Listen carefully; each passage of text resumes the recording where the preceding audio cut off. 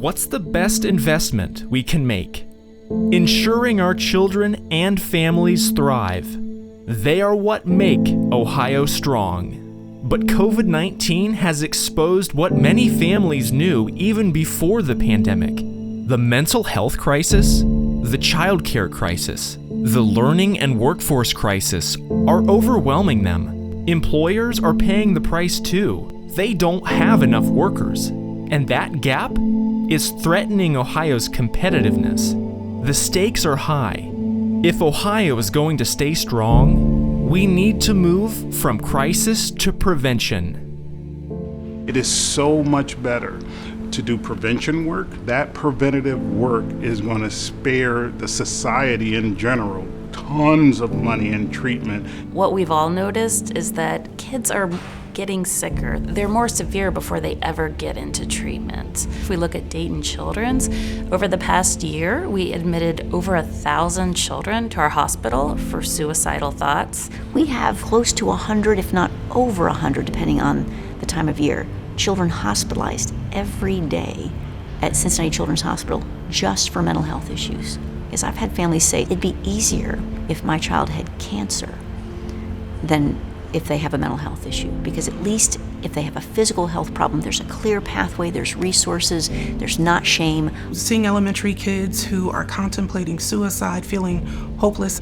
When you have a 12-year-old, a 10-year-old who is violent, that didn't start when they were 12. That started when they were 2. I see families who drive 2, 3, 4 hours to see us. We're rural Ohio, and we notice that Cleveland, Columbus, Cincinnati areas, they get a lot more attention, but we would like to see that change when it comes especially to mental health. The child's problems is almost like the alert that the family is struggling.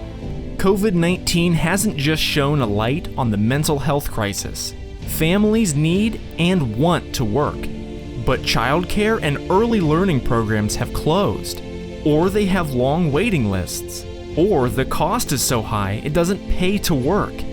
Families and employers need us to come together and invest to make high-quality early learning and childcare a reality, not a hope or a wish.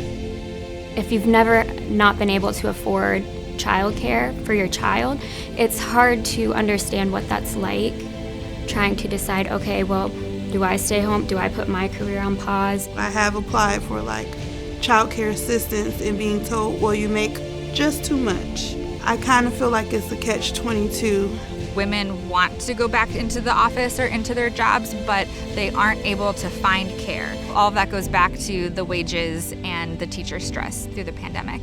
What we are hearing, particularly from our Black and brown families, is that they just missed the cut.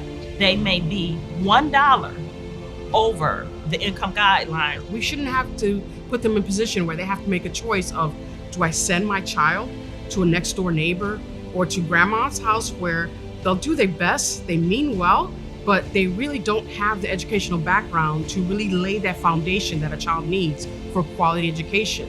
When I hear folks call us babysitters, I invite them to see what we do. There's this understanding among business leaders that you need employees with strong executive functioning skills.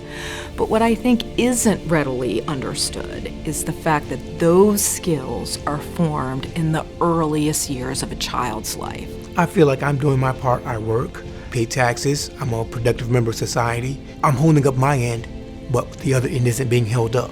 We need parents at the table. If we don't have those parents at the table to help with those issues, how do they know what we go through? Our message to the next governor would be, have a children's agenda. Have an agenda that is integrated, that doesn't have individual programs that don't work together. I think that there are those that believe that kids are just going to catch up over time. I don't believe that's going to be the case unless we make some very strategic investments, that we prioritize supports for these kids and families. While we often talk about children being our most important part of society, we don't frequently follow through with it. This is a chance for them to make children a real priority.